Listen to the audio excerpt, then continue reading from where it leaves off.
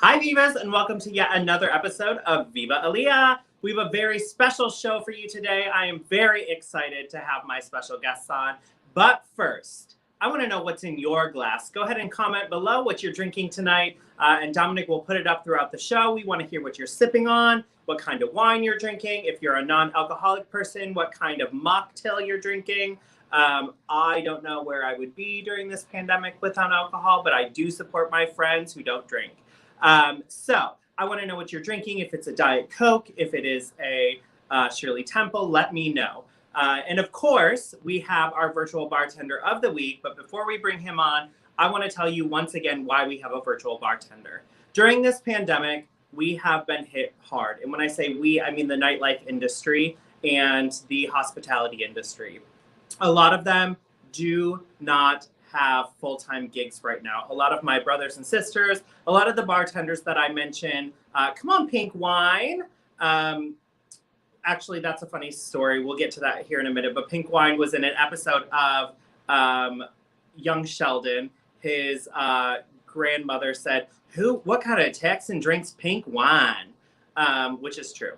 But you're not a Texan. That's my mother-in-law, and she's from South Carolina. So there you go. Matthew Andersiglio is drinking the Thanksgiving punch. So are we, honey. So are we. So we're drinking some Thanksgiving punch. But anyway, we bring our virtual bartenders on because they have been some of the hardest hit in the industry. They were making all of their money off of your tips. I don't know if most of you know, but servers and bartenders make like $265, $365 an hour, and then the rest is what you tip them. So they have been hit hardest, and I want to make sure that they're taken care of because they take care of me during my shows, when y'all come to my brunches, when you come to my late night shows. They're the ones who keep me funny because the more I drink, the funnier I get, or at least the less realization you have that I'm not funny. Or I just get prettier because you can't see anything anymore. So I want to take care of them. They are my friends. So, all the way from Melbourne, Australia, let's give it up for Steve. I'm Steve, the bartender, and today we're making a quarantine order. So this one's served up in a brandy balloon or brandy snifter, whatever you like to call it. And it calls for a split rum base. It calls for Jamaican signature, Appleton Estate signature, and also rum bar gold, but I'm substituting in for Smith & Cross. So it calls for 45ml or 1.5 ounces of each. So I'm going to get straight into it. And it calls for a lot of classic Don the Beachcomber ingredients. So it's got grapefruit juice, cinnamon syrup. But first of all, the Jamaican rum. Well, they're both Jamaican. We've got Appleton,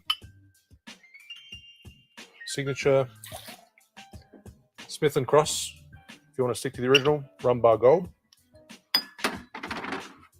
So 45ml, 1.5 ounces of each, and 30ml, 1 ounce of grapefruit juice. I'm using Ruby Road grapefruit juice, but I'm assuming the original is white grapefruit, but these are easily available, and we use them in our threefold aromatic gin, so therefore I've always got grapefruit on hand. Then 30ml of fresh lime juice.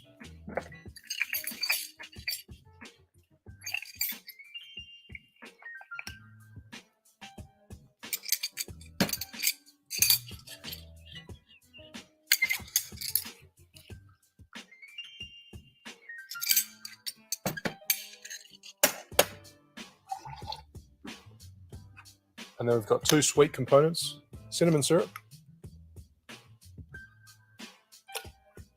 15ml, half an ounce, and likewise for passion fruit syrup.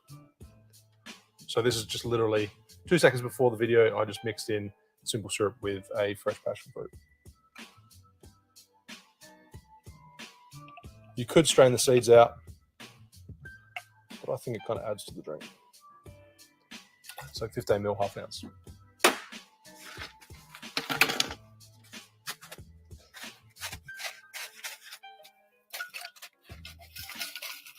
So this has got crushed ice and 5 dashes of Angostura bitters. and then give it a quick shake.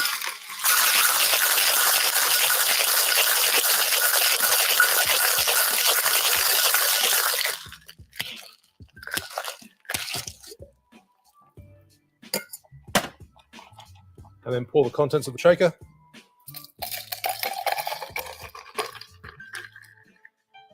Ooh, I'm close. I'm going to top this up.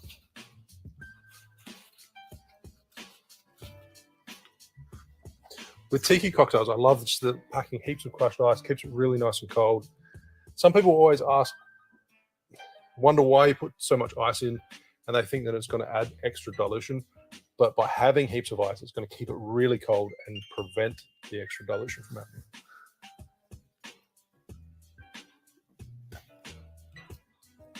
So garnish, mince sprig, a lime wheel. Thanks, Aiden.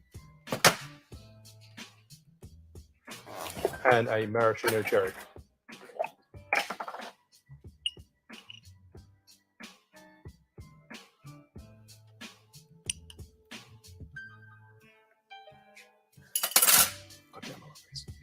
So good.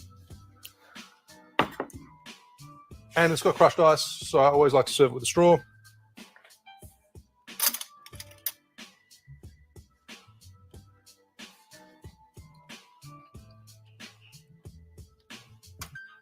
Damn.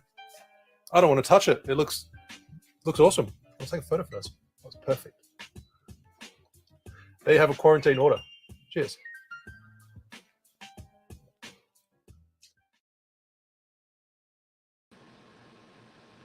All right, all the way from Melbourne, Australia, that is our bartender, Steve. And Steve, if you don't want to touch it, we will, honey. Don't worry. All right, we are going to jump right into the show because I can't wait to talk to these two. Well, one of them I can wait to talk to. The other one I'm meeting for the first time today. These are the hosts and the stars of their show, Ma'am. And one of them is a dear friend of mine, and the other one will tell you he's a top even if you don't ask him about it. I want you to give a very Viva welcome to Brian and Michael Hajjar. Oh my God. Am I wrong? What an intro. What an intro. Yeah. I mean, I do what I can. Before we get started, I do want to play a quick clip of your show just so everybody can get a sense of what we're talking about today. So, Dominic, if you can hit that reel, we will be right back with questions.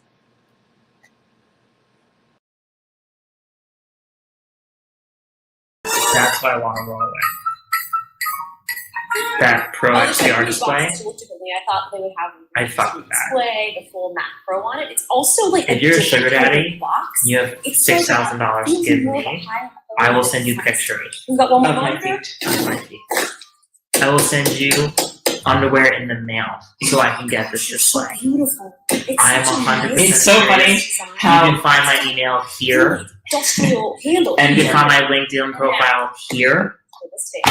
If you have $6,000 to spare, contact me, and I will use it to my advantage. And I will send you pictures of my feet. I love how it all 100%. matches.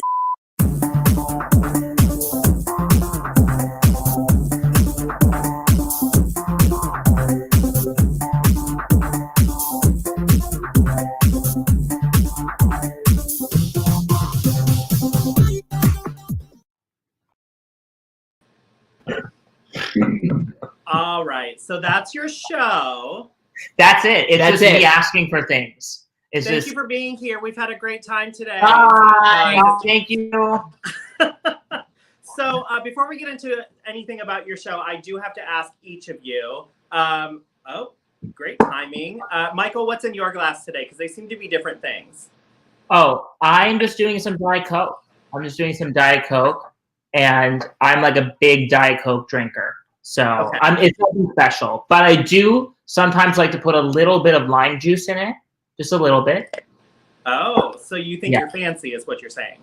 I'm very fancy. I don't like the actual line because I want to control how much time I can put in. So I like the bottle that I squeeze. Yeah, your New Jersey style says a lot about how fancy you are to me. No, I'm downtown. I'm downtown. This says downtown. You stole that chain from our father. No, I did not steal this. No, I got this on Canal Street. I will tell you where I got it. Yeah. I was living downtown. Oh no, She went. she went. She's back. back. She's back. She's back. I was living on Canal Street. You're good. You're No, good. You're good. You're good. I was living on Canal Street. No, that's a lie. I was living on Mott Street. I got this on Canal Street. So that means I'm downtown. What a story. I mean, I don't know what I would You do. learned something. Yeah, I learned that he didn't actually know where he lived. And are you wearing? Is that a Carhartt shirt you're wearing, or? Yeah, this is a Carhartt shirt. Yes. I thought so. Yeah. Wow. I mean, if you didn't tell me earlier what position you were, I just wouldn't have been able to guess by the way you're dressed. I was in his when he lived on Mott Street. I lived on Mott Street. Yeah. When he Maybe Canal though, maybe. maybe we don't know. I'm not sure. You I'm know. not sure. When he lived there, we were there for like 1 full year, right? I was there for 1 full year, right? One calendar year, and I went there to like stay over for New Year's Eve. It was depressing. Like he had no sun. He had Oh, all, it's bad. you had all these cabinets with nothing in them. All these cabinets with absolutely nothing in them, and it was just depressing. I lived on Mott and Spring, right across the street from. Oh my goodness! There's this really awesome Thai place. It's called Uncle Boone's Sister. I lived right across the street from there, and I had an interior apartment which looked into where they threw all the garbage, and only sunlight was at 2 p.m., which would reflect off the other buildings. And yeah, it was technically a 1-bedroom, but it was a studio that they put a wall in. So, yeah. I mean, sounds like luxury in New York City. I mean, luxury in New York City.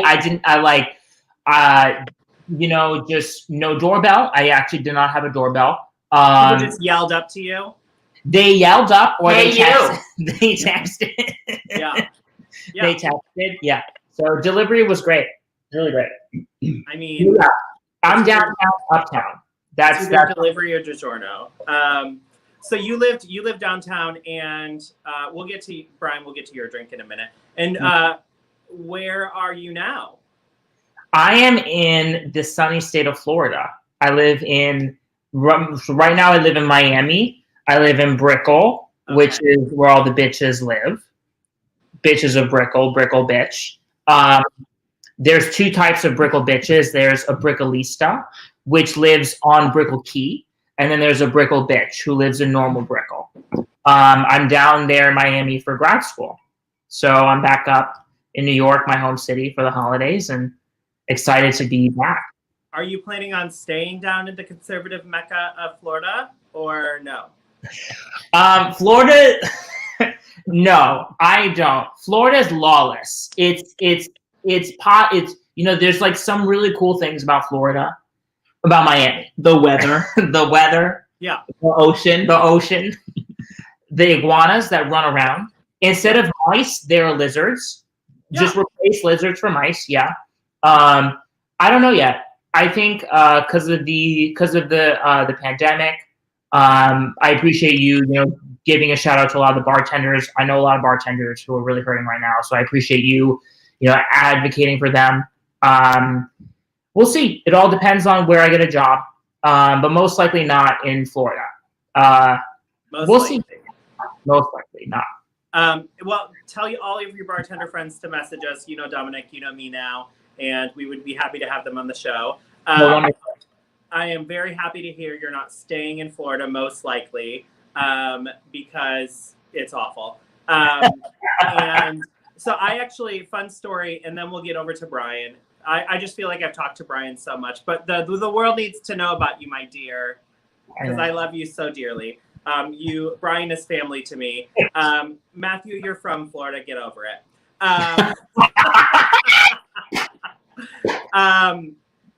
Like I'm from Michigan. I don't want to claim it, but I am. So From New anyway, Jersey, it is what it is. I actually worked for the owner of the Palace in Miami.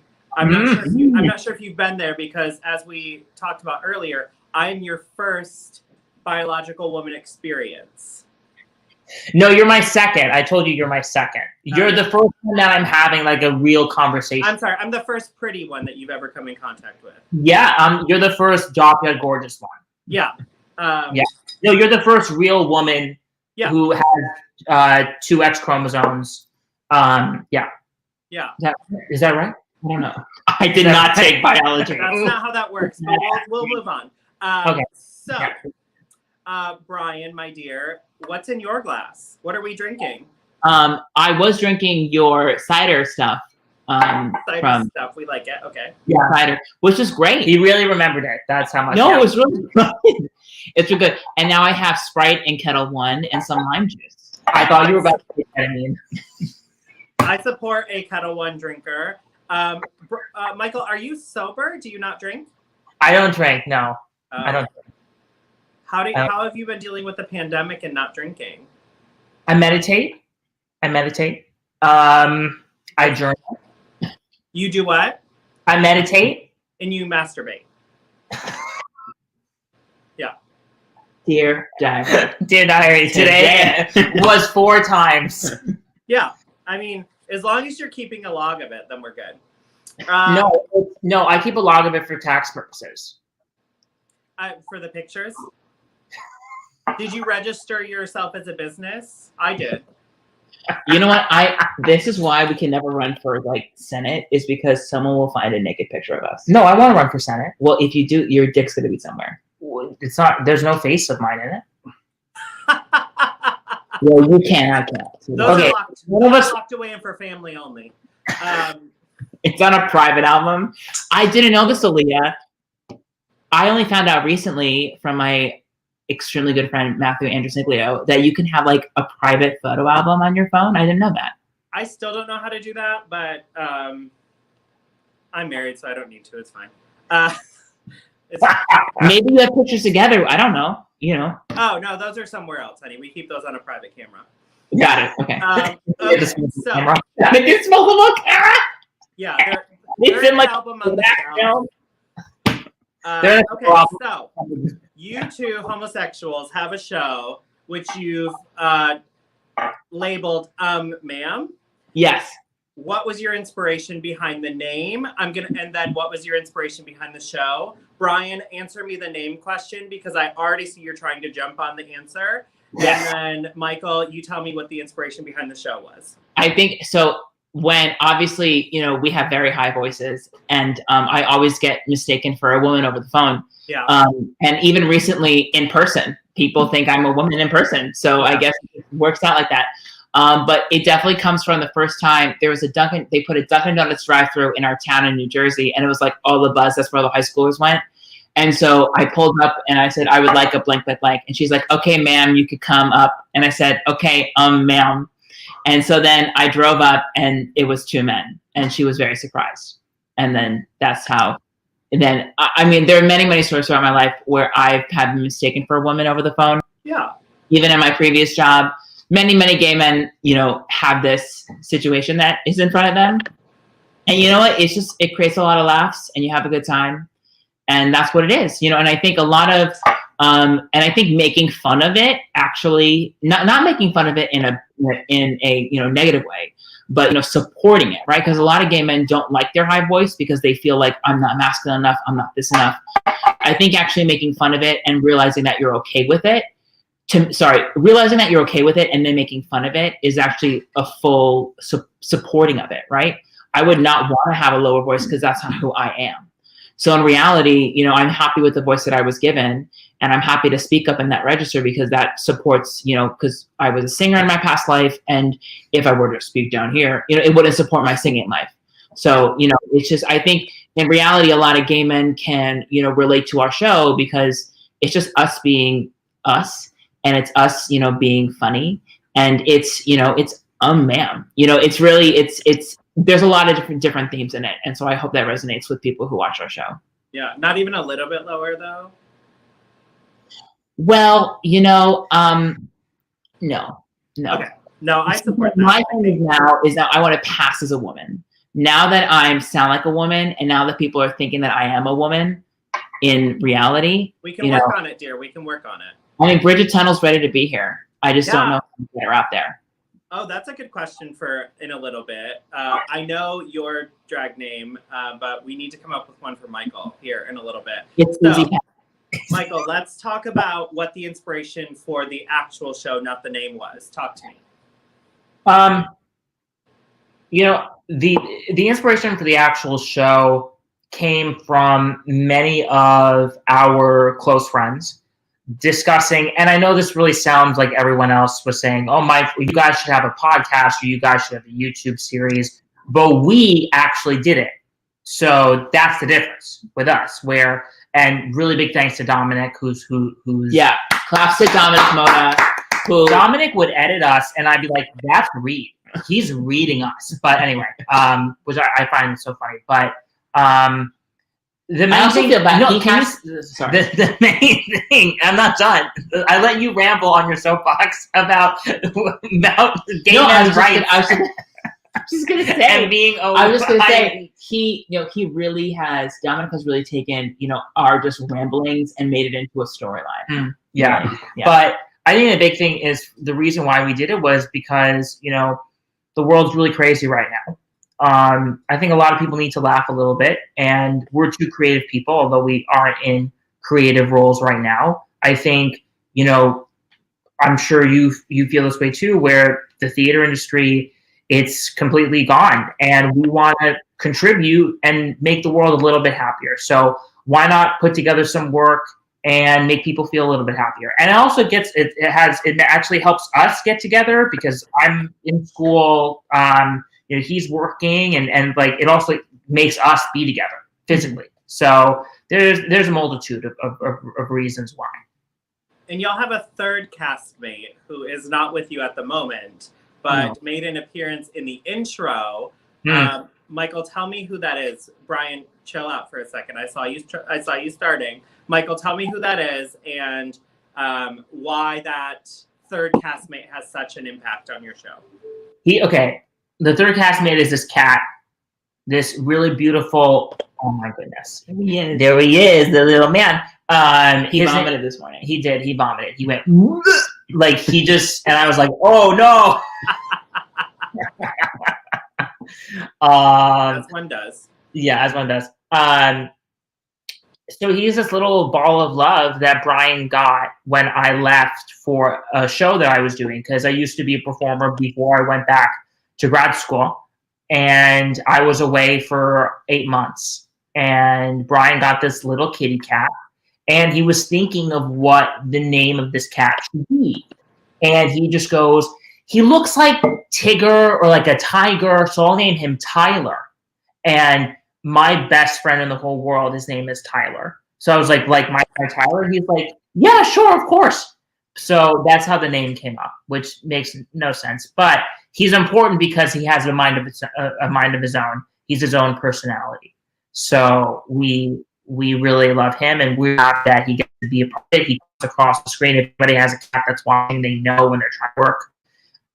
They just waltz around in front of your computer. So I love that. Brian, what's your favorite Tyler story? Or one of your favorites? I mean, one of my favorites. He loves Christmas trees, so that's why I can't have a Christmas tree, because he'll just be up in it. He'll this is the tree. He'll just attach himself to it. So I can't have a Christmas tree ever again. He likes to vomit. Yes, there we go. He loves being around people. And he's very much like a dog. So how I got him was my mother was walking with my aunt one day doing this. And they saw a woman with that's how people walk. And well, she was skipping. She was doing this. Yeah, no, she was skipping. While she was driving. Anyway, so she was walking, and there was a baby carriage on the other side of the street with a woman, and Tyler was underneath the baby carriage walking along. And my mom thinks to herself, oh, how cute. They're taking the cat out for the walk. And she's saying, oh, your cat's so cute. And she goes, it's not my cat. And so at that time, my mother was feeding about 20 stray cats inside of her house, because she's now a cat lady. But that's another story, another segment. of your show at another time. So she's like, I'm going to go bring you to the animal shelter because obviously you must be lost because feral cats like you are not this company around humans. Brought him to the vet. He was not chipped. She said, I know the best gay son to give you to. And so when I came home, I was at a theater festival working for no money. And I came home. It's an inside joke. It's an inside joke. And I came home and she's like, I have a gift for you. And she just handed me a cat. And I wasn't looking for a cat. I was looking for an animal and it just came into my life. And I think that's the best way to acquire a pet is when they just kind of, yes. Aww. Is when they just kind of like walk right on in. Snuffly. So yeah, so he's been a wonderful addition. I was never a cat person, always grew up with dogs. And so this was a nice, weird transition.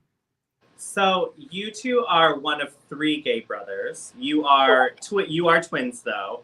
Yeah, correct. Michael, Brian just said that your mother said she knew the perfect gay son to give the cat to. How does that make you feel and probably your brother? I feel fine. I'm not emotionally, financially, spiritually ready for an animal. I can barely feed myself. So I think that I should be able to feed myself first. I do know that there's not a shortage of cats in the world. If I would like a cat, there are cats in the backyard that my mom feeds, so I can just pick one We're up. making her sound like such a freak. My mom bought houses and they put heaters in it during the wintertime. Kitty condos. For the cats. Oh. And they're called kitty condos. So Well, God bless. God, listen, like they're God creatures, they're God's creatures too. That's what she says. Well, that's what my grandma said. And that's what she wants to put that out into the world. So she's a Christian woman just feeding cats, spreading the good word. Spreading the good word of cats across the country. Yeah. And maybe world. You never know. You know. Social activist for cats. We love that. So in your show, do you, or maybe in life even, do you each of you feel like you have a specific role? Like, are one of you the bitchy one? Is one of you the one who complains the most? Is one of you the one who like judges people more than the other one? Brian, you can start this time. That's a good question. I guess I'm the judgier one. I think so. Yeah, I think that would be. Or I mean, agree. I'm definitely judgy. I think so. I don't know if he's like really laughing or fake laughing. I don't know. Could be either. We don't know. We don't know. Like she's so polite. She's laughing at our jokes. It's in my contract to laugh at you when you say something funny. Right. Yeah. I would say I'm the judgy one, but it's not in a place of malintent. But he's judging being malintent. Like, if you're gonna like say, "Oh, I went on a bender for the 3rd night," I'll be like, "Well, you didn't do your homework, so like, don't complain that you're getting an F, right?" So like, I'll judge that. But That's what a so comparison, girl. I don't know. I was trying to make it real. I don't know. I think he's more vocally judgy, where I might be more introvertedly judgy. Yeah. I definitely would be the more emotional, more creative, artsy type. Hence, I live downtown. If you don't know. And I have a 401k, but that's fine. And that's why you moved to the great Mecca of Florida. Florida. It was a really, I don't know if your question is this, but a question that I want to bring up is, Michael, how was it when you moved down from New York to Miami? Like, what was Should this be your interview? Should I just leave? I mean, like, this is our, no, I'm just kidding. No, we're not asking that. So anyway, no, we can get to that later. But okay, so you feel like Brian feels like he is the judgy one. You feel like he's the judgy one. You feel like you're the emotional wreck. That's what you said, right? Carding everyone. Here you go. I'm a lot better now. I'm a lot better now. Yeah. Sure. You were a bitch for a while. I was really mean. You were a bitch. He was once dating. Can I say this? No, I don't know if you can. Well, ask people to watch this. No, but he has friends everywhere. Who has friends everywhere? What's his name? No. It's fine. It's fine. Should we give him a shout out? No.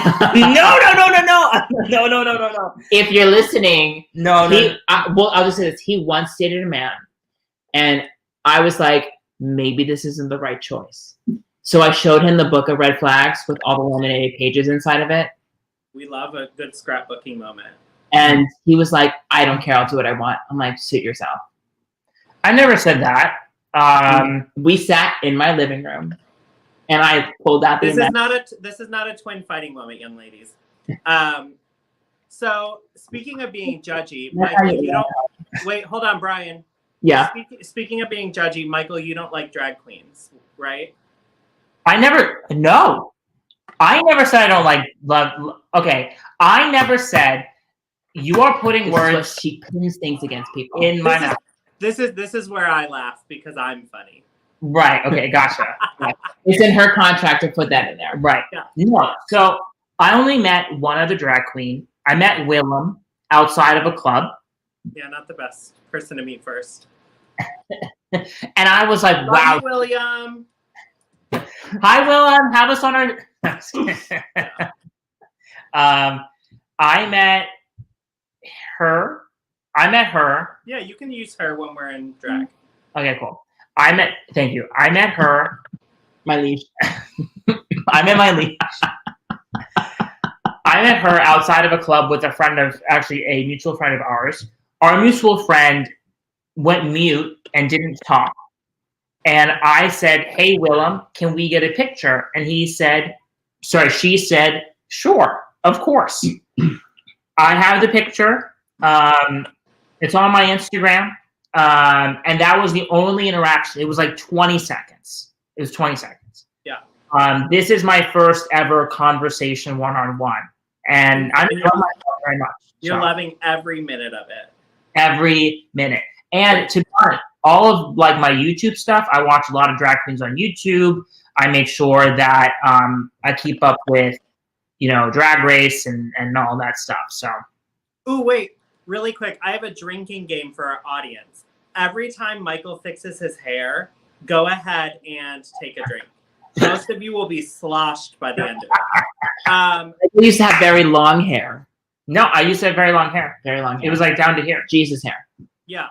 No. It's kind of like, it's a little longer in your promo video than it is now, right? Yes, and my promo video is shorter. Yeah. And now I'm settling on having it like this length. Yeah.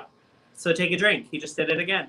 Okay, so you don't hate drag queens, but you don't go to drag shows. She twists the words. Wow, she's a twister. She's a twister. She's a twister. Yeah. I have not been to a drag show, no. But Okay. I'm also a student, so I'm very strapped for cash. You can Venmo. Yeah. I don't have Venmo. See, look at her screen. We also have Cash App, PayPal. We have that. We have a YouTube icon. We need a cash Dominic, app. can you put a Cash App down there? Yeah. What is it? What's your Cash App? It's two hungry whores. No, mine's like Boys, one hamster wheel. Yeah. Yeah, there we go. Three boys, one hamster wheel. Wait, do you not know your Cash App, Michael? No, I don't have Cash App. I have my Cash App. Brian, do you have a Venmo? I have a Venmo. What is it? Brian _ Hajjar. Hajjar. Yeah, we got it. Okay, Brian _ Hajjar. What am I gonna put it? Like Hungry Bottom wants seed? If that's your apartment number, then yeah. That should be my Wi-Fi. Yeah, there you go. Your Wi-Fi. So everybody knows when they're driving by and it says there open network. Also an open network. We were, when your promo video was going, I was like, is that her? And Brian's like, no, it's stock footage of another drag queen. Yeah, I often do put other drag queens on my opening promo. Do you have an arch rival? Oh my God, do you have an arch rival? No. You know what? You know what's funny? Most queens are pretty... Wait, I think most queens have the reaction to me that Matthew had to me when we first met. Wait, Matthew's there, right? Yeah, she's right here. Does Matthew feel presentable enough to come on camera for 2 seconds? I guess she is. She's wearing his red sweater. Okay, great. I know that if Matthew doesn't feel presentable, he won't come on screen. So this is my friend Matthew Andersiglio, whose apartment Michael and Brian are using because they don't have their own place to use. No, I'm just kidding. No, you weren't. They were there having a good day and didn't want to come visit me, so they decided to go there. But anyway, so Matthew, when he first met me, thought I was mean and terrifying, right? Intimidating and a bitch. Yeah, that's what I just said, mean and terrifying.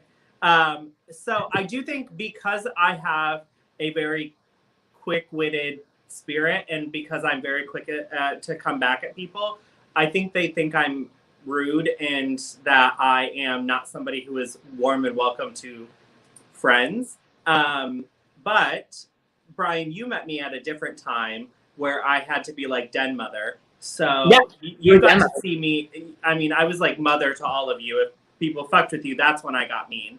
But which is still true. All of my friends get that from me. But I think most queens get that impression of me right away, where they're like, I shouldn't go over there. Like, she's kind of a bitch. And then they get to know me and then realize that, yeah, I'm quick-witted and quick with the tongue, but I will also fight a bitch for you if you are a part of my life. Well, I think that's also the best way to be. Like, you want to be intimidating because you're good at what you do, but you don't also want to be a pushover. I think that's the best way to be. Yeah. True. Yeah, also, especially with the craft that what you do. Really. Also, I think people learn very quickly that I am not. So Brian's Cash App is below. I think people learn very quickly also that I only compete with me. I don't compete with other people. So if you're going to try and be like, ooh, girl, I have this better than you. And I'm like, that's great for you, sweetheart. That's really great. I love that for you. Love your hair. Hope you win. Oh my God. What I'm saying. Love your hair. Hope you win. I usually say, oh, girl, you're so pretty. I really hope you win. Oh my God. That's so mean. So, all right. So back to the two of you. Now you're turning this into a dual interview. See what we did there? We bait and switch. Yeah. How does it feel? I think I'm too far into Brian's life for that. But Michael, I don't know you well enough yet now. So, although I think anytime any of our friends say, oh my God, Brian, your brother is so cute. Brian goes, he's an asshole. No, I'm just kidding. He doesn't. That makes them want me even more. Yeah, makes people just really go after you even more. No. Okay, so the feedback on your show, what has it been so far? Like, what have your parents been saying since they're the only ones watching? Or like, what has Dominic been saying or Matthew? Like, give us the feedback on the show. Actually, you had a good comment earlier. Yes, let's read the comment. Can you read the comment? While you're talking, Dominic is going to get the comment ready. But what has the feedback been so far, really? The feedback's been great. I think this is the goal that we set out to make our family and friends laugh. That's what we want to do. That's our main goal. And by God, they find it really effing funny. And my God. Where are you, like Harold Hill and the Music Man? By God. He's a music man. He's a what? He's a what? Yeah, he's a music man. And what's the rest of it? I don't know. Oh, crap. Anyway. It's going to be coming. We'll see it in 2022. We'll see it then. No, like that's the reception's been, oh my God, I watched your show. I love it. You know, guys I hook up with in Miami who become my friends on Facebook, they say they watch it and they say that they love it. Older men that I hook up with in New Jersey then say that they watch it and they like it. So, you know, it's great. So that's like that. And the other thing is that like we, you know, I just want to say again, like Dominic does such a great job. Like I watch it. There was one, actually, it wasn't the clip that he showed, but there was another episode where we watched Tangled and I was laughing so hard because it was just so, it was just really, like, it's really well done. So, like, if we look good, it's because of Dominic. But the reception's been great. Okay, Well, yeah. so the most recent comment from one of your fans is, I want a picture of your feet behind your head. Which, like, I mean, nobody sends comments like that to me. So, get it. I guess we're flattered. Like, I don't, like, Who was it directed to? I think honestly, both of you should be flattered because neither of you can do this. So, Yeah. No. In college, we like really didn't do well at the dance part. no. I mean, yeah, probably. No, dance class was hard.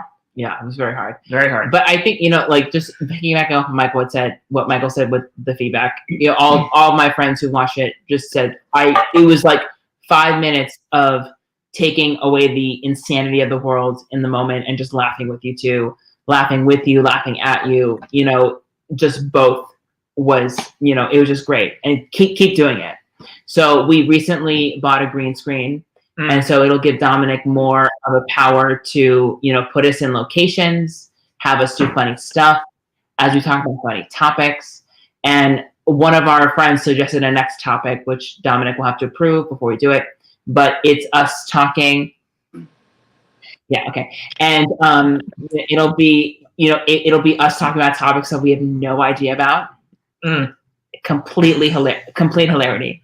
So, Dominic, I'm going to read what you wrote. So, we're going to use the green screen. I'm going to become a co-producer for your show. We're going to use the green screen to play, like, weird porn behind you. Not just, like, good porn, but, like, Octomom does Dallas or something. Those sort of things. Yeah. Oh, my God. But, like, that's where we want to go with the show. And after a very successful first season. No, second season. We had 2. We did? No, we had 1. We had 1. We had 1. We were filming the second. Sorry, we're content creators. We keep doing. So Sure. Yeah. Your hair's so pretty. You're gonna win. Yeah. Take a drink. 2. I was wearing a hat before. I had to take it off because the of lighting. The lighting was very bad. My normal garb is my downtown chain, my downtown shirt, and my hat. Yeah. Your New Jersey chain, your Carhartt shirt, and your, like, bra hat. I mean, I run a company, so I have to look like somewhat business casual at most times. So. Are you a backwards hat type of gal, Michael? I don't know. I don't like how it looks because I don't know. I just put it on. I don't know. Okay. Okay, we talked about feedback. What has been each of your favorite moments on Ma'am? I'll go first. There was especially in the clip that we just showed, where I say, "Oh, Dominic, like this is my email." I was like, Dominic, I was thinking to myself, he should actually put my email because I don't know about you, but if you're a man out there and you want a picture of my feet, like that offer still stands. Yeah, I'll send it to you. I still think about, but that was my favorite part. In another episode, we do that also, and it's really funny, the stuff that he comes up with. A big part is like hanging out with Brian, getting back together, and watching musical theater videos. Yeah. But I said 3 things. So yes, those 3. Okay, we love 3 when I say your favorite. Okay, Brian, you're next. Well, I think, definitely to support Michael's point, we're identical twins. We were born together. We grew up together. Now that we live these 2 separate lives, it's nice to have one thing to come back. Oh, of course, we have many things to come back together for, but this is something where we can like literally look at stuff that we would normally look at privately and then laugh about over the phone or on FaceTime, but now have people watching us laugh about it. And people like us watching funny things as we laugh about it together because it's laughing contagious. Yeah. Game time. Okay. Almost. Game time. Sorry. That's totally fine. This is our first press tour. Sorry. We're very nervous. This is our first stop on our press tour. Yeah. Don't be nervous, honey. I take it slow. It's fine.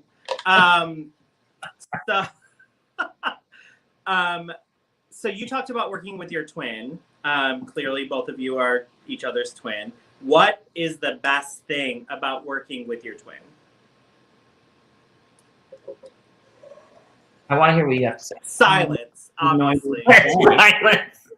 Well, what is the best? He's my twin. You know, like he definitely says some things, but okay. If I make a joke and I'm not sure if it's funny or not, he will 100% find it funny. Okay, so you laugh at each other's bad jokes. It's what you're Correct. saying. We also have inside jokes that go back like 20 years. Yeah. Like no one will get what coconuts means. Wait, like, but you're older than 20, so you should have jokes that go back farther than that. Like till we're like 1. Like what do you mean? Like maybe as long as you could speak. Well, we used to speak a twin language when we were young. My mother said that we would talk to each other in like a twin language, and we would understand each other and like do things to each other. Yeah. Yeah. Okay, so now actually answering the question, what has been the best thing about working with your twin? Other than the fact that you're twins. Well, I guess it's just laughing with someone who gets your jokes. I mean, it's very hard to. Someone asked me like, "What is it like being a twin?" And I said it's very hard to explain because I think in life you're looking for a puzzle piece. Your puzzle piece. I already have one, so it's like we're already edge pieces. We have 2 different prongs. So like in life you're looking for that other person. I already have one. So you're always looking for the other one, but you already have one, right? It's closer a bond than a brother. It's closer a bond than a sister. You know, like someone is out there who has the exact genetic makeup of you, has the same brain, has the same limbs. You know, and how do you differentiate yourself from that is a good question. But you know, it's your identical copy. Like we've been together for life. So I guess literally your identical copy. Yes, genetically, yes. Yeah. And physically, kind of. Yeah. I guess, yeah. Sorry, in my mind, I'm going off of a story that you told, Brian. Michael, what is you? The only thing you said was he's my twin. So I would love for you to answer. I know I did. Well, I don't know how to. That's funny because people ask us that all the time, and I feel like there really is no answer. Like there really is no answer to what it's like being a twin or what it's like working with a twin. You know, it's your twin. You're going to bicker over stupid shit like who ate the hummus in the fridge, or you took my car, or you know, you stole this and that. You're wearing my shirt. You took my shirt. You took my shirt. You took my shirt. That's a big one. You took my shirt. That was a big one. No, he took my green J. Crew shirt, the college shirt that I loved. He took it. Okay, because you weren't wearing it. So that doesn't mean that didn't want. But I'm now downtown. So it was more. Oh my gosh, you really love saying that you live downtown, don't you? Do you want me to tell you how many? I could say this like the entire. I live on the Upper East Side. How about that? She does. She does. Okay, so I'm gonna ask this. I still have the Smarties that you gave me. You still have what, babe? Smarties that you gave me. Oh, you're welcome. Thank you. You haven't eaten them by now? Well, I don't want to eat all of them in one sitting. Like no, I literally gave him like half of a 5-pound bag. So yeah. it's okay, so because you were dying to tell this story earlier, Michael, what was it like for you moving from downtown New York to Miami? Okay, picture it. I'm like living my life. I'm like, I just got into a school. I'm really nervous. And I'm like, oh my God, what's going to happen to me? Am I going to be as downtown as I am right now, although I'm going more south? And I pack up my life. I move into a shitty apartment up I move into a sublet up in Inwood. It was very dirty. I needed something. In Inwood? Yeah, I lived in Inwood. Not very downtown, was it? Well, you know, we have to, you know, there's transitions in our life, you know, where we have to transition. Remember when I lived in the dorm? Brian lived in anyway, I go there and I'm like, I felt like Elle Woods. I 100% felt like Elle Woods. I drove down to Miami. Downtown. I'm always downtown core. Like downtown core, like she's done. She's done. No, I'm getting more alcohol so I can listen to this story. And you know, I get in my car. We drive down to Miami. 20-hour drive to the Gloria Estefan song. You can pick whichever one you want. I get out of the car with my bags like this. I lay them down on the ground and like, oh my God, my life is about to change. And you said NYC. And then I go to school. And I say things like, one time I told my professor for my accounting class, no, for my stats class, because I'm a You musical wouldn't want to mix that up. No. I mean, like, for me, it was like, well, I don't know, it's like potato. But I went to him because I wasn't doing well. I was doing okay, but I wasn't doing well. I'm a musical theater major, so what do you want me to do? So I went to him, and I was like, show your butthole for money? no, he's a kid. So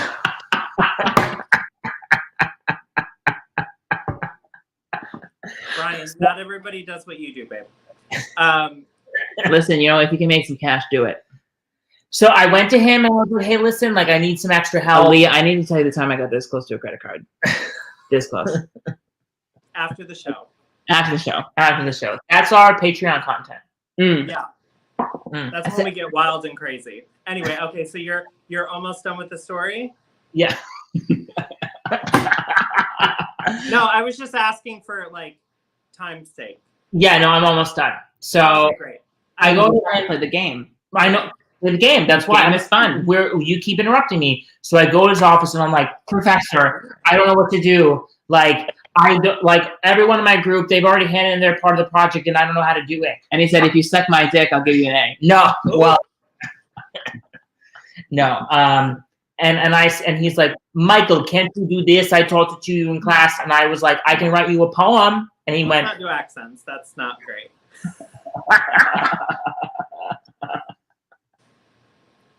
Okay, so poems and feet. What? Okay, good. Keep going. like here's a poem and here's a picture of my feet. I said I can write you a poem about how I don't want to do it, and he's like, you have to do it. That was my first year. Wait, was there a climax to this story, or That's it. Oh, okay. Dominic, I definitely don't pity you in editing. Okay, so we are going to play a lovely game, which is called Viva Me This or That. Hit it.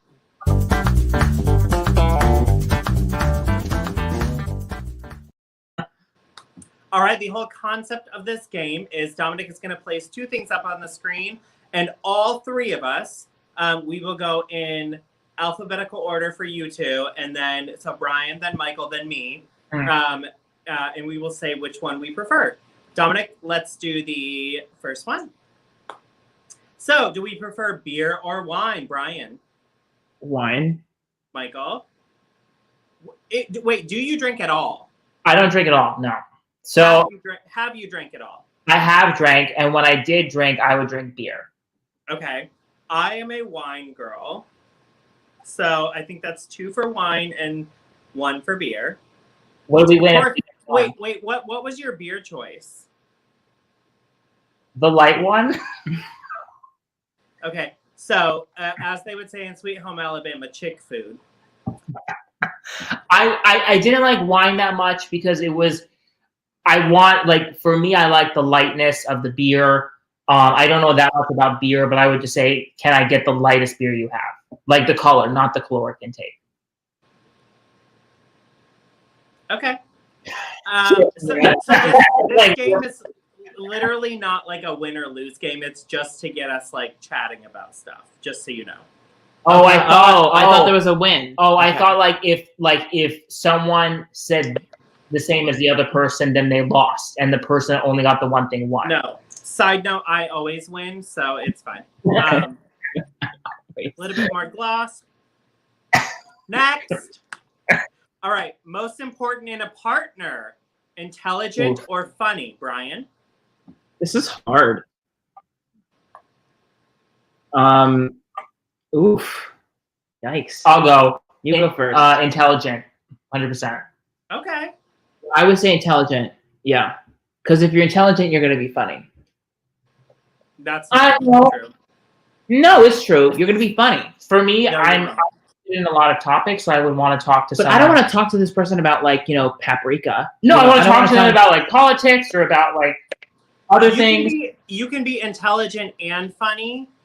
I do think if you're funny, that means you have wit about you, which makes you intelligent. I don't think that intelligence always makes you funny, though, because you could be a stuck-up asshole and know everything in the world, but never tell a joke or never make somebody laugh. I'm gonna choose funny then. My type is hot nerd. So yeah, that's mine. I thought you were gonna say face down, ass up, but same thing. Okay, so mine is funny. I definitely go for funny people because I do think to be actually funny, you have to be intelligent. Correct. Yes, you win. But you don't have to be intelligent to be funny. So I know I win. It's fine. Answer the question, Aaliyah. The world wants to know. Speaking of, hi, there's my husband. He thinks he's funny. No, I'm just kidding. He is funny. In a very like Caucasian type of way, though. Like, I went to Ralph Lauren today instead of Vineyard Vines. Yeah. Okay, so new clothes or new phone? New phone. New phone. Clothes. I can put my phone in my pocket anytime, but you will see what I'm wearing. Also, I'm gonna sneeze. Hold on. I've never done that on camera before. Oh my god. What? You sneeze and then just everything cracks. Dominic's there going like this. Oh no! Wait, did both of you get the new phone? I got the new phone. I did not. I got a phone. But Matthew has the new phone. Wait, why do you have two phones, or do you have one of those stupid wallets on the back of your phone? No, I have a work phone. Oh, you have a work phone. Okay. We know Matthew, who is there with you, got the new phone because he narrated it on his stories. Like he does most of his life. But we love him for it. Here's my thing. With new clothes, you can, I mean, like, it depends on what you want to call new. Like, is new to you? Is it new with the tag still being on it? For me, because I'm from downtown, we do a lot of vintage shopping there.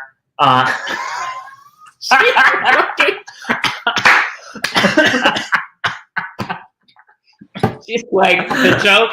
Where's the joke? Where's the joke? Where's the joke? Can't find the bit. She can't find the bit. It's not there. So, sweetheart, you're wearing a Carhartt shirt. Calm down. No, I'm just kidding. After this, Michael's going to be like, I never want to talk to that salty ass bitch again. No, I love it. No, Okay, I love it.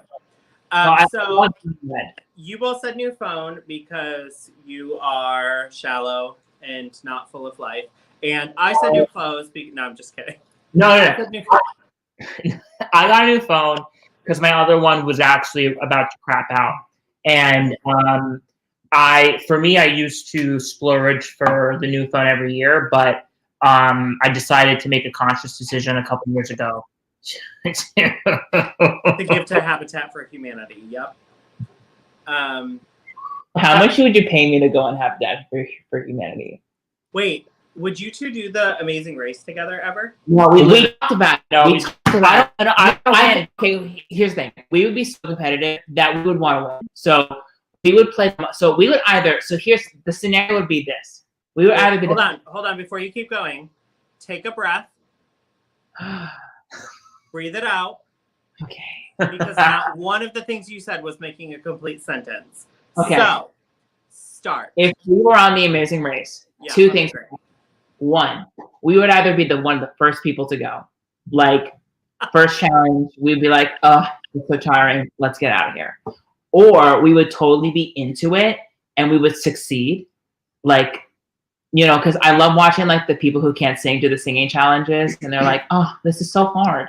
Or, like, the dancing challenge is like, oh, this is so hard. But then, we would go to, like, the Final Four. And the Final Four couples would be, like, in New York City. And we're like, well, just take the fucking subway. We'll get there quicker. And it's everyone like, how do we get around the city? And we're just, like, on the subway, like, eating a hoagie, being like, ha, see you at Times Square. I see, like, if I were to go on that show, I don't want to win. Because I know if I'm on that show, you get exposure to other stuff. Because if you win, that's it. You're done. Well, we would just start drama with the other people. Like, Yeah, we'd be like, did you hear that they did that? like, oh, Like, hear what she said? I would make I would say, oh, there's another flight that people are going on. You should totally get on that flight. No, but if you say that and they find it out, then they're gonna fuck you over in the next leg. Do you want to like play the nice or like the mean? It depends on where I am in the game. This is how you should play. Like I do it with how I would play Survivor. You're really, really nice to everyone until the merger happens, and then once the merger happens, that's when you feast for blood. Which one of you would dump your twin to go on with me?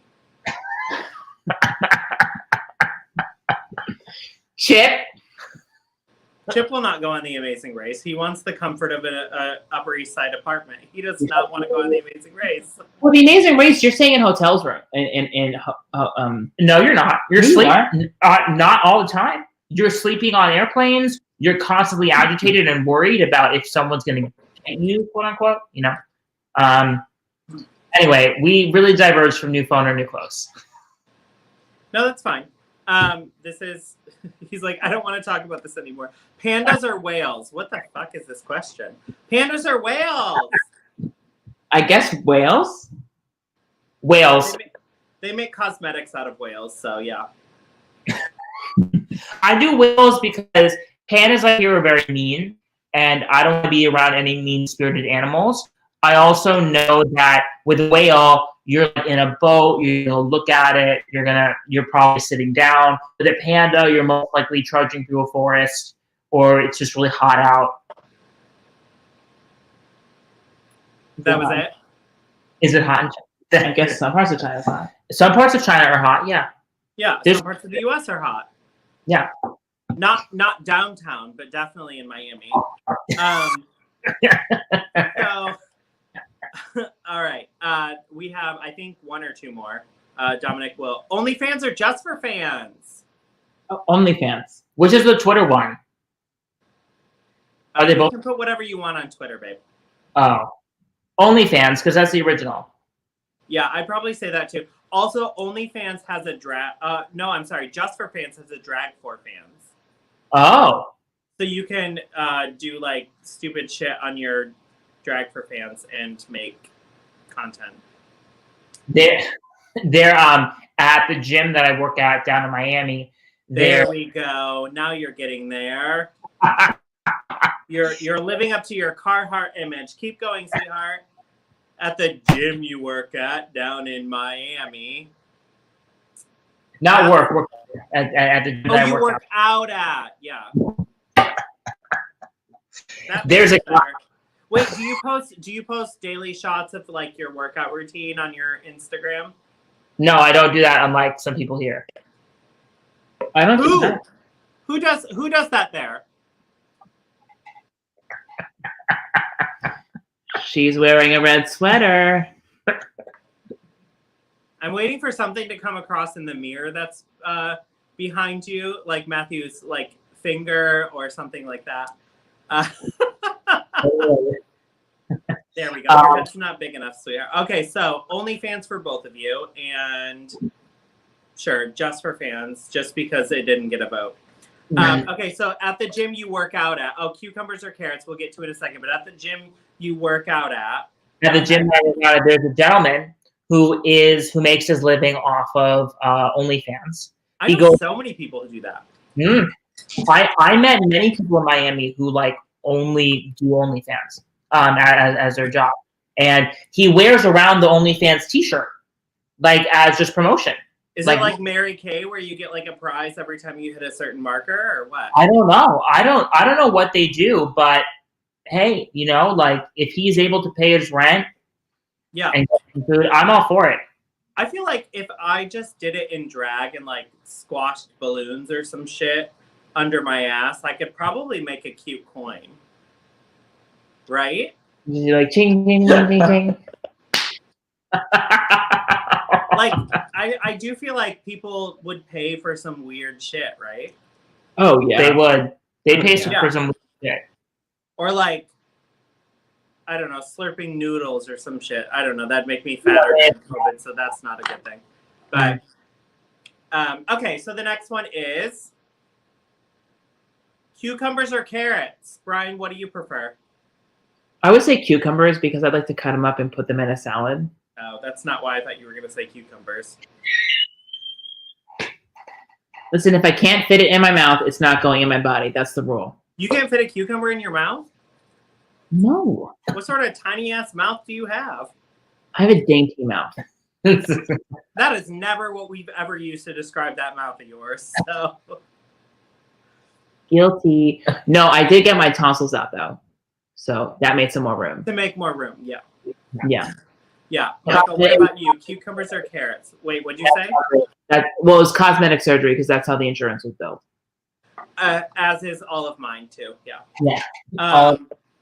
I choose carrots. I love hummus, and I love carrots and hummus. Mhm. I like baby carrots. I don't like big carrots. I like baby carrots. Oh, so you're not a size queen. She doesn't need a BDB. BDB. Big dick. BBD. Bottom. Oh, I get it. Yeah. I'm sheltered. You were almost there. You just had to put bottom after what you said. Oh yeah. I mean, with the bottom, to me, it doesn't like. If it's really small, like then it's like, oh, okay. But if it's like a fine size, it's like, okay, cool. Yeah. I guess actually, I'm going to address this to our entire fucking community. Oh my god. I've never had an issue with anybody saying anything about my stuff. But y'all realize people that are like, if it's too small or if it's small, they don't ask for the size of their penis. You just are born with it, right? Yeah, no, you're not born with it. That's the thing is that No, like. you are born with it. Oh, sorry.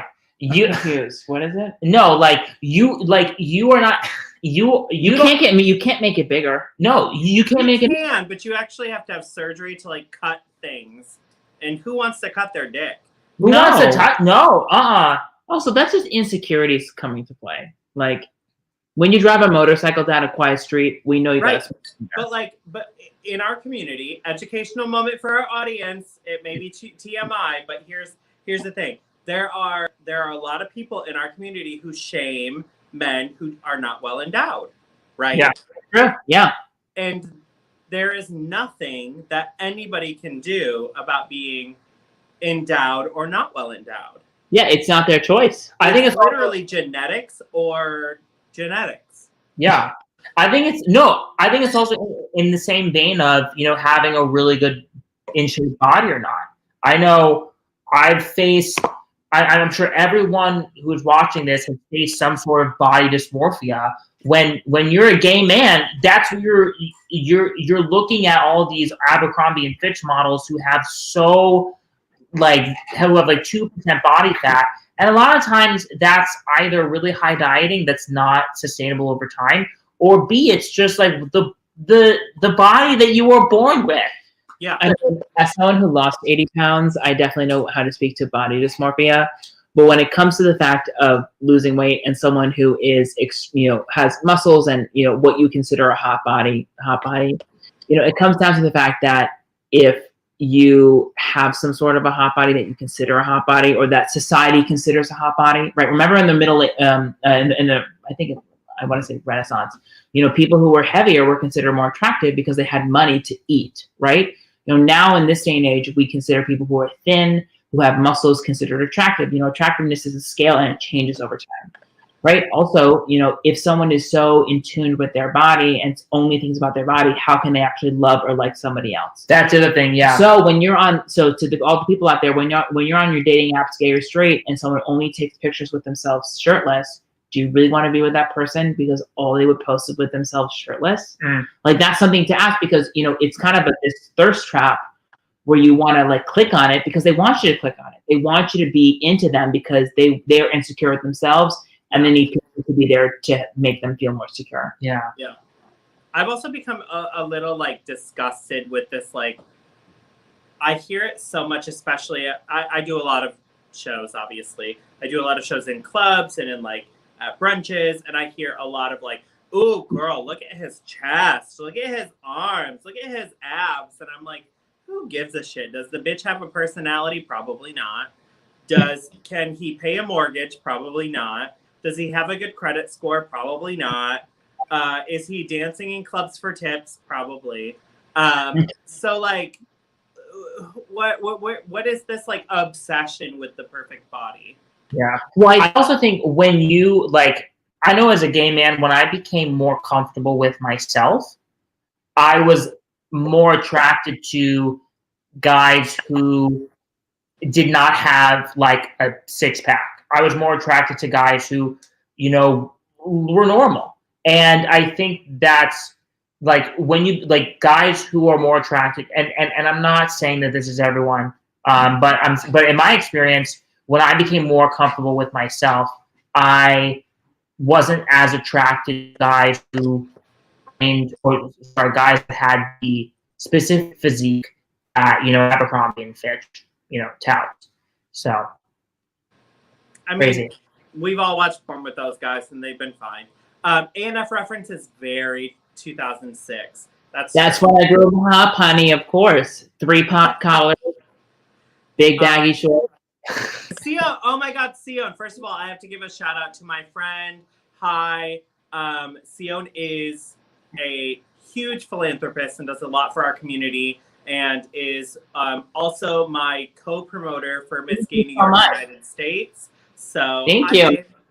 Look at these cuties. We should have them there at Miss Gay New York. We would love to be there. We are available, and we are very cheap, and we'll do a lot of things for cash. So, well, we'll see. Okay, so we talked about this actually. Michael, you mentioned it earlier about how neither of you are kind of in the field that you thought you were going to be in currently. So, what do both of you do outside of your show? Outside of the show, I am a MBA student at the Miami Herbert Business School. I'm a second-year MBA. So pretty much, you know, before coronavirus, I wanted to go back into entertainment. And I was lucky enough this past year to be a part of this thing called Reaching Out MBA, which is when all the gay, lesbian, bisexual, queer MBAs from all over the country get together to recruit for consulting or other MBA jobs. So I got to lead the entertainment track there, which was really cool. But thank you. That one's mine. So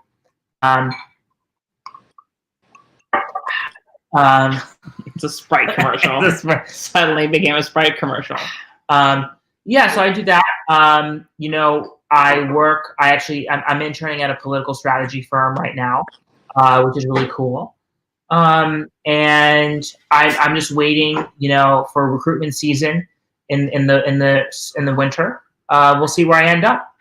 So that's what I'm doing right now. It's not glamorous, but I used to be an actor for a couple of years, which was really fun. But it gets to a point, you know. It gets to a point. So where. Yeah. Well, I'm on this weird journey. I think it's the best way to call it. I got my master's from Columbia, and I then got a job at the Stupid organization where we own and operate 17 Broadway theaters. And I worked in theater operations where I oversaw the implementation of new and theater technology and also ADA compliance. So I took our audience services program from an idea to a full-fledged concept reality. So helping people who are blind and who are deaf and various hearing impairments and visual impairments experience theater through the technologies that we have. Of course, the pandemic hit. We were all furloughed.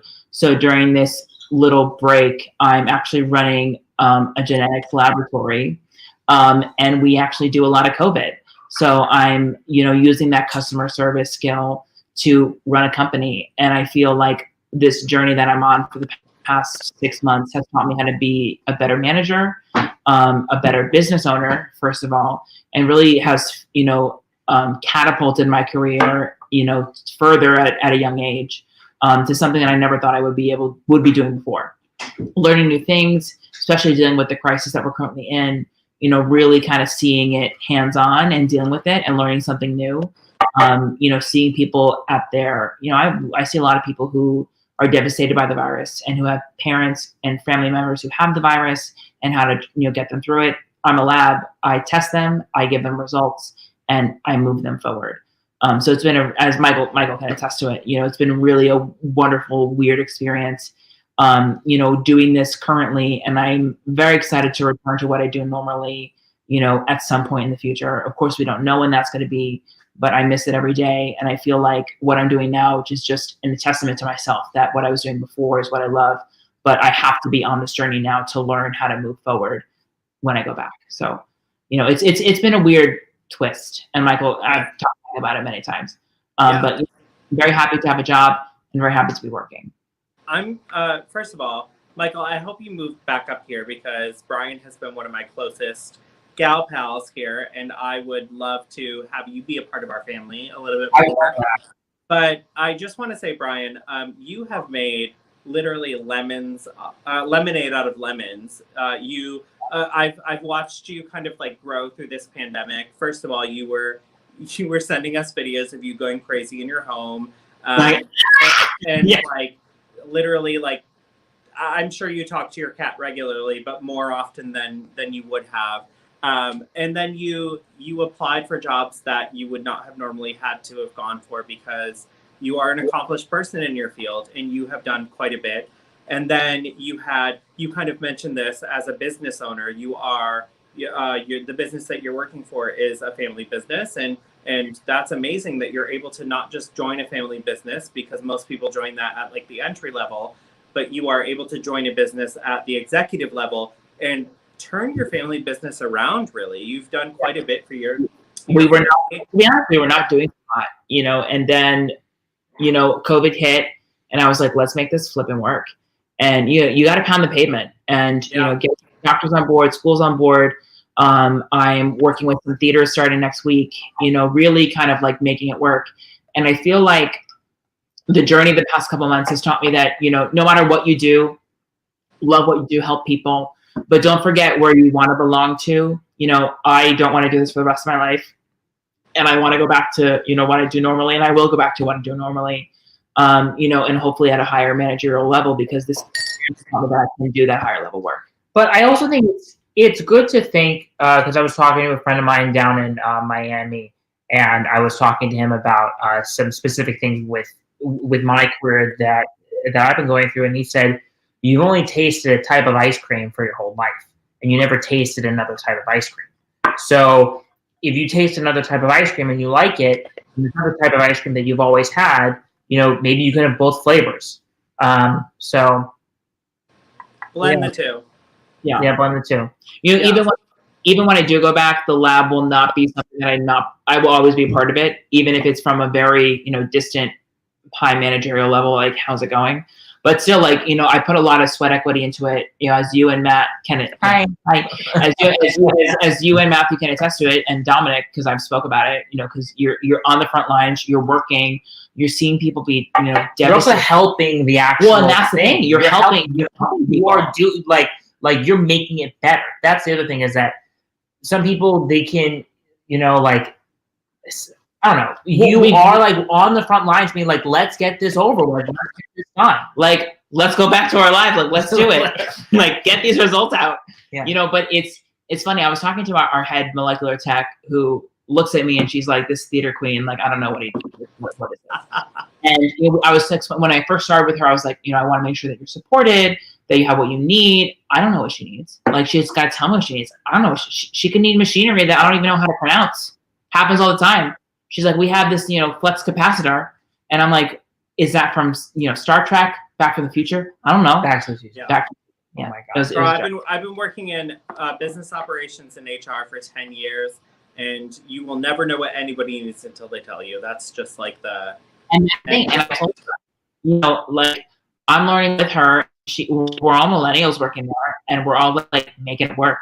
And we renovated. It's very diverse. It's very female driven. Oh, it is. It is very. It's very diverse, female driven.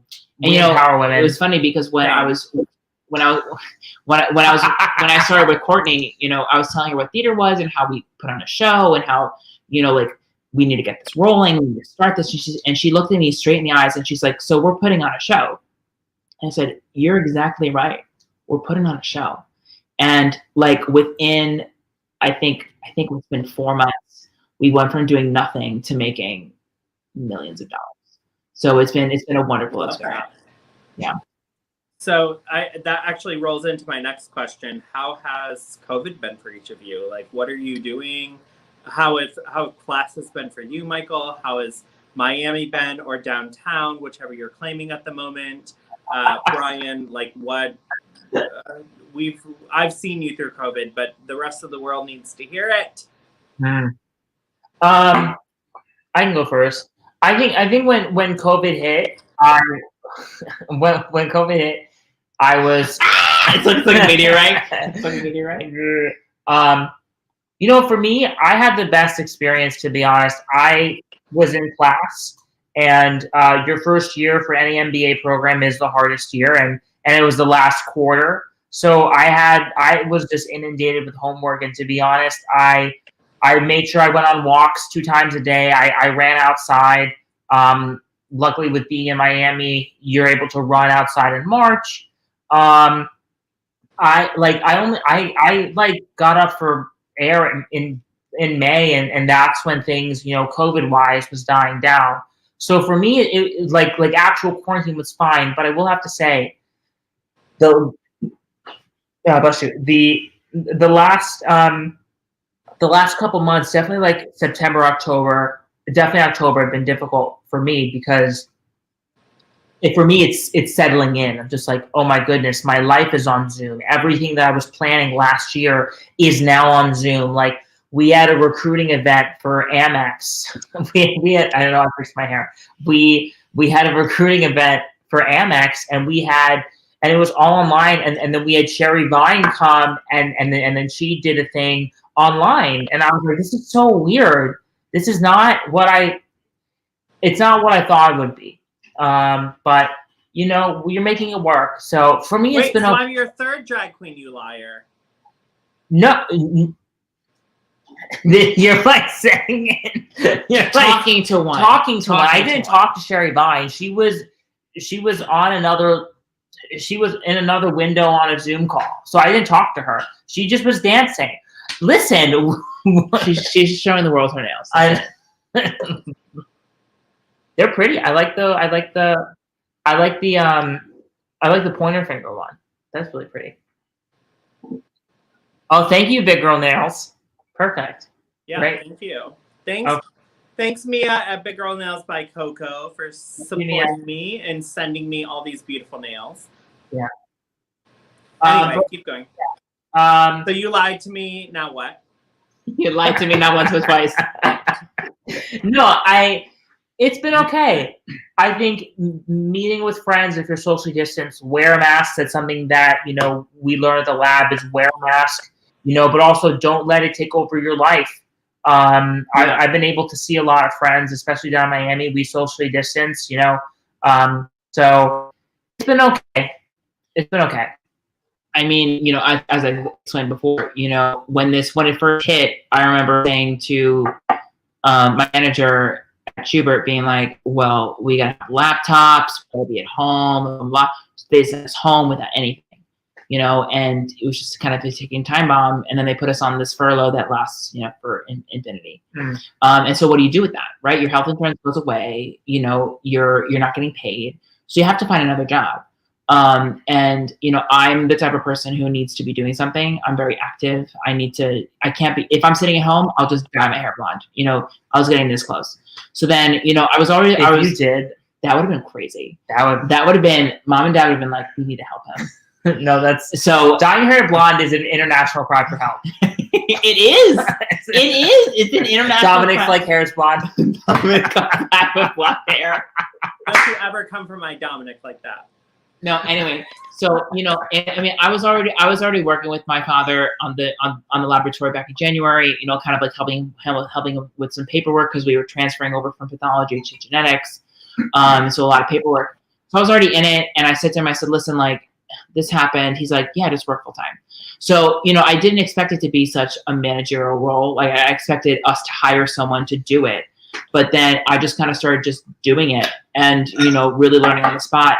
And it taught me a lot about myself. about managerial skills, and that to people who are watching, you are more than what you think you are. That's very true. Very much true. You are more than you are more than what you think you are, and that life is a journey. If you told me a year ago you would be running a genetics laboratory that's doing COVID, and by the way, you like to sing and dance, I would be like, you're a fucking liar. To be honest, also, like a lot of times when I was in class, I would think to myself, I'm just an actor. I don't know how to do this. When in reality, like, no, you could do anything. You could do anything. Really, it's funny because a lot of my customer service skills from theater operations really lends a hand here. Also, with the lab, we have the upper hand. We're not selling you anything. Like, you ain't coming to us for a cup of coffee. One woman, this is a story for you. One woman came into the collection center. She had goggles. Brian fixed his hair now. Thank you. She came in with goggles on, and when they wear goggles, they're crazy. So she came in with goggles, and my receptionist goes, "She's gonna go swimming." And so we all laughed. So she then sits down. She then sits down, and it's quiet, and then I hear some like commotion. Right? Not good. You shouldn't hear commotion. Should be quiet. Then they leave. The doorbell rings. The next person comes in. So I go in. I'm like, "Is everything all right?" And my swabber goes, "She just sprayed me with Lysol." And the person in the chair goes, I mean, it's hilarious, but at the point, it's scary because she has a face shield on that's blurry. And the person in the chair goes, "Well, I need to purify her because the air around her was impure." And not only has she just like assaulted my employee with Lysol, like I come over being like, you have to like diffuse the situation. So then she sprays me with Lysol. And I said, "We're done." I said, "Ma'am, you need to go." She's like, "I'm going to write a bad review on Yelp." I said, "Go ahead. We don't have a Yelp. Have a nice day." But that's the thing is that, like laboratories now are having to deal with customer service when they never had to. They never had to because they never had to, right? We're in such new territory that companies come to us saying, "I want to do testing. What do I do?" And you don't want to like take advantage of them, but you have to have them pay for service. Yes. It's truly new territory, and I wouldn't expect anyone to know about it because why would you know about it? Because this is all new. It's truly, truly different. And I guess to go back to your original question, this is a journey. Take what you can. I think the best advice I got from our consultant was, "I know this is not what you do, but you're going to be great at it and keep going." And I said, "Okay." He literally went, "Keep going." So I said, "All right." He's like, "Listen, like, you're going to be fine. And you know what? Done a good job so far. No one, you have some noise." I had a woman this morning who said that my patient relations wasn't up to her standards. And I said, "Well, we were already doing you a favor. You emailed it on Thanksgiving and we squeezed you in because you were in a bind." And then she just decided to bitch and moan. And I said, "Have a nice day." Like, what are you going to do? You can't please anybody, especially when your swabber is giving them a COVID test. I remind people that this is not a Starbucks. It's not a Dunkin' Donuts. There's no refund on your already free latte. So, I think my mouth is already, Matthew, and you already know that my mouth filter is already gone. This just even like took away any filter that was left. That's why you fit into the family so quickly, babe. Oh, yeah. It's like, ooh, that whore. Okay, so you're going to both answer this together, okay? I need you to, it's a yes or no answer. I'm going to count to 3 after I answer after I ask the question, and both of you are going to answer together. So, do you both see your show continuing after COVID? 1, 2, 3. Yes. Love that. Okay. So we want to see more. We want to see more. Ma'am. We need the content. I'm so excited. We want to make people laugh. I feel like, especially now, we want to. We consider ourselves like kind of funny people and like ridiculous. I don't consider myself funny. Well, neither do I. But I think that's the funny. No, it's fine. And I think that, as long as we can make our friends laugh and have a good time, I think that's the best reason to put on a show. That's the goal for us, is just to make our friends and family laugh. Yeah. That's our goal. Before I ask the last question, I want to ask you, so Michael, you're currently living in Florida. Brian, you're in New Jersey. This is not going to be a shady question. Brian, I already saw your face. how do you film? Because the two of you are separated, but when you film, you're together. So are you like using the family's jet or what to like come up? We all know you have like 72 houses and like. Oh, the jet. No, we actually film multiple episodes at once. So we'll film for about 4 hours. Yeah, we're like, that's exactly what we're like. Where we like film just a lot at once. It's the same model. You'll see that like one episode, we're like, in a couple of episodes, we're wearing the same clothes, but we're way tired in one because we've been filming for like 2 hours. So, But those are the best episodes. no, oh my God, there was one where I was like, I looked so tired. The Tangled one was one of the last ones that we did, and that was We were just done. we were done. We're We were just fucking done. But the shit that comes out of your mouth when you're done is great. You know, it's really prime content. I think we've also gotten better too because we both mumble a lot and we speak very fast. Yes. And and if you make something work, like if you think something's going to be funny, you're like, let me try to say it right now. It's probably not going to be funny when It has to be on the fly. It has to be on the fly, exactly. So I've seen shows Like Name It, Take Out, Suck It. Name It, Take Out, Suck It, or like like when we were waiting for Rapunzel, and we were like, we hope she's black, because we want like a diverse cast, and then she wasn't. We were like, oh. So You tell very like you're like this. Story, yeah, there's no punchline. It's just done. Yeah, it's just done. Is that how it is everywhere else in your life, or I don't there's have no punchline? It's just done. I never had a review. Okay, so I'm gonna ask you one more question, and then the last question of the day. But after this question that I ask you, we're gonna play the second clip of your show that we have. So, who out of the two of you has the worst Jersey accent? I think Brian does. It's probably me. Yeah. Brian does. I don't think. I really don't think. Do I have a Jersey accent, Dominic? And Aaliyah? Do I? I already said yes. I think you have the accent. Michael has the style of the Jersey Shore. Bitch. I don't care about my clothes as much as he does.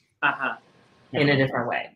I care in a different way. Like every gay man cares about their clothes and cares about the way that they present themselves. Every man, let's not fuck this up. Every man cares about what they're wearing. It is about the persona that they are trying to portray to the world. And you, my dear, are just living that lifestyle that you love to say without prompting. See, like I had a t-shirt on today and I changed because I said, I know I'm going to be on camera. No, because I saw the shirt. I was like, oh, are you dressing up for this? That's what I said. I said, yes. I'm not. I just wore my normal garb. Right. Yeah. Now, when can I be a drag queen? When do we make that happen? Anytime you want, you come over and we will take care of you. Can I be pretty? Do I have to dress? You'll be pretty. You have good bones. Do you know drag queens in Miami? Yeah. Okay, because I want to impress all my friends if we go to the Palace. Oh, Tiffany Fantasia and Akasha Royale are two of my good friends. So I can definitely introduce you to them. I don't know that. She's like, but, young man, I'll do whatever you want. You will attend my show before you attend theirs. I will attend your show before. I don't care if we have to pull you up here on the family jet or whatever we have to do. You will. If we have to like sell the West Virginia home to get you here or whatever. No. Oh, both of you like freaked out when I said that. Both of your eyes got very big. no. Can I ask why West Virginia out of all the states you could have chosen from, your family? It was the one that cost the less? No, I don't want to.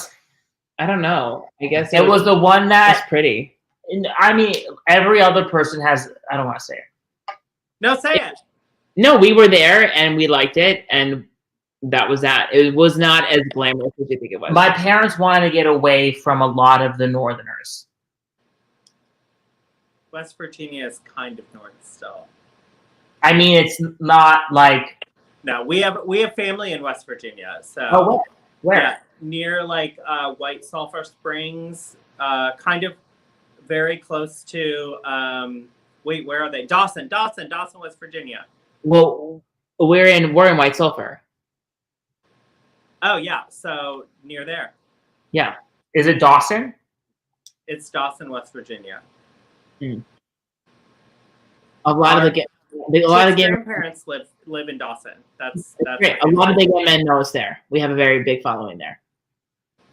I bet you do. There's a man there. Aaliyah, there's a man there that wants me to hang out in his jacuzzi. Not a jacuzzi. He wants me to hang out in his jacuzzi. I'm not surprised. Okay, so Should I do it? Like, should I see it? And part of this is just like kind of figuring it out. Is he paying you? Probably not. Does he have all of his teeth? Probably not. Okay, then there we go. Okay, so we're going to play another clip from your show, and then we're going to jump into the last question. Dominic, hit it. This is not a movie. We also don't know the rights to this. No, oh no. Don't come after us. Disney, we have no money. We have no money. We have no job, no money. No job, no money. No job, no money. I'll suck a dick. Name a dick, I'll suck it. Go for it.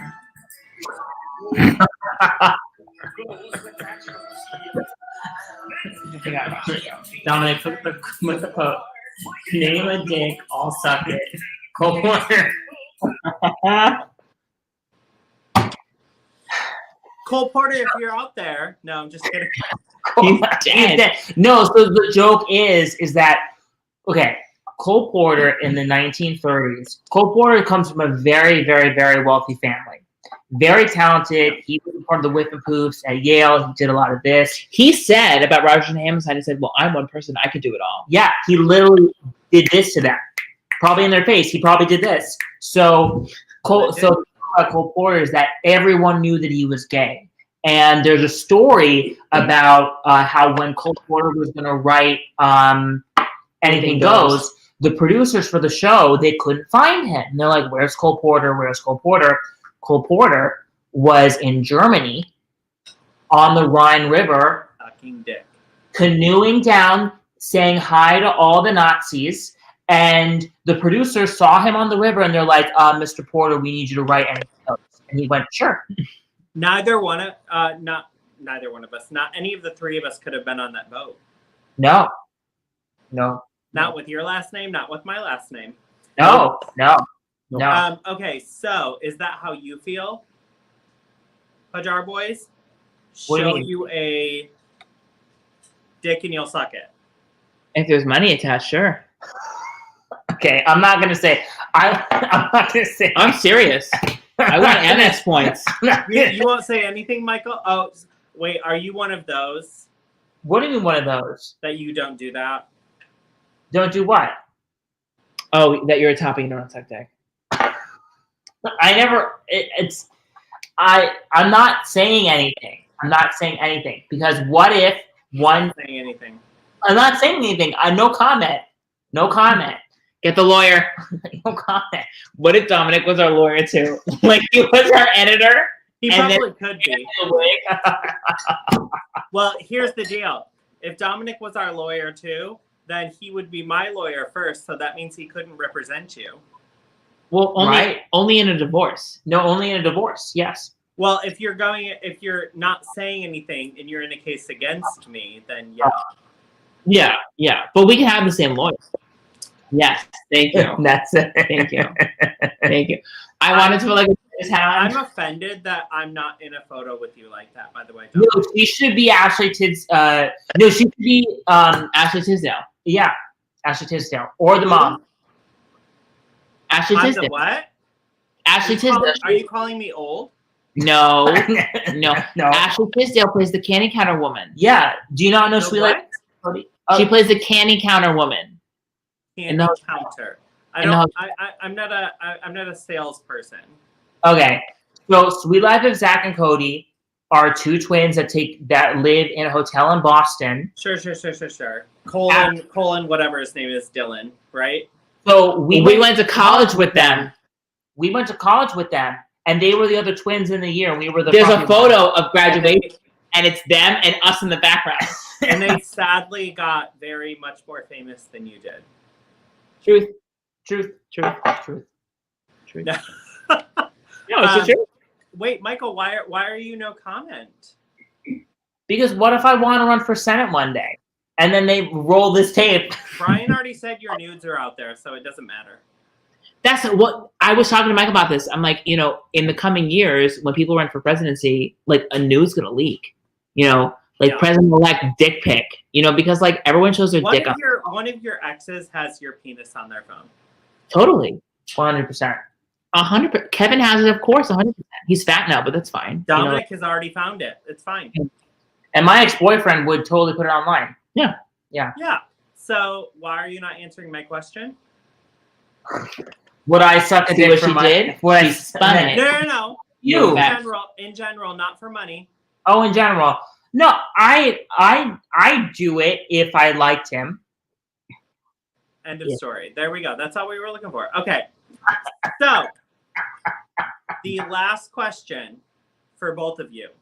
What's coming up for each of you or together, and what should we be looking out for? I wish we were doing a book tour. We should do a book tour. Let's write a book. You're not though. Dyslexic. So what's coming up for you? I would say, you know, continuing the laboratory, you know, going back to theater. I'll be swabbing theater starting next week. So we'll see where that goes. What about your show? Since that's what we were talking about. Oh yes, that's what this is. That's what this is. I forgot. So we'll be filming season 2, you know, in the next week. We have a green screen, so it's going to be funky AF. So get ready to have us be put in situations that we never thought we would be in. We'll have a lot of new topics. You'll see us embarrass ourselves. You'll see us say inappropriate jokes. You'll see us cringe. Dominic has edited out a lot of things. He has edited out a lot of things. A lot of things. Probably that were bad. Oh yeah. Yeah. Oh yeah. Because He doesn't have that advantage with this show.